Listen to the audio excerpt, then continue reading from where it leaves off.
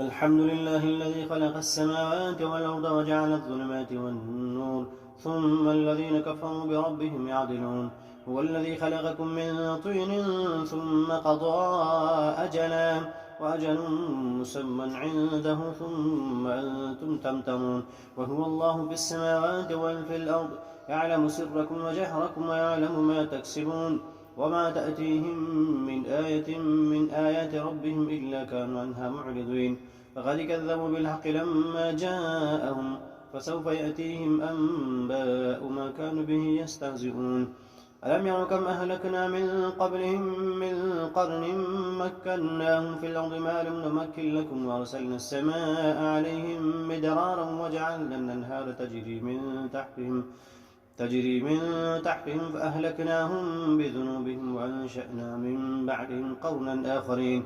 ولو نزلنا عليك كتابا في قرطاس فلمسوه بأيديهم لقال الذين كفروا إن هذا إلا سحر مبين. وقالوا لولا أنزل عليه ملك ولو أنزلنا ملكا لقضي الأمر ثم لا ينظرون. ولو جعلناه ملكا لجعلناه رجلا وللبسنا عليهم ما يلبسون. ولقد استهزئ برسل من قبلك فحاق بالذين سخروا منهم ما كانوا به يستهزئون. قل سيروا في الأرض ثم انظروا كيف كان عاقبة المكذبين.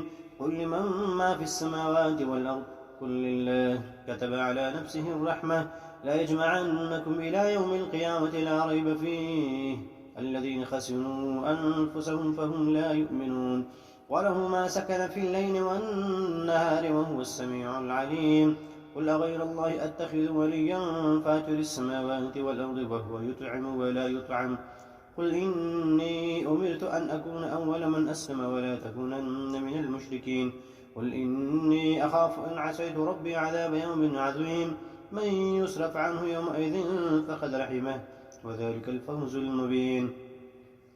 وإن يمسسك الله بضر فلا كاشف له إلا هو وإن يمسسك بخير فهو على كل شيء قدير وهو القاهر فوق عباده وهو الحكيم الخبير.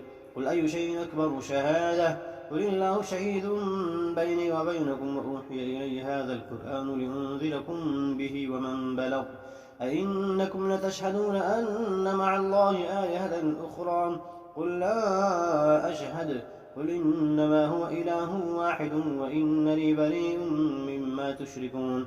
الذين آتيناهم الكتاب يعرفونه كما يعرفون أبناءهم الذين خسروا أنفسهم فهم لا يؤمنون.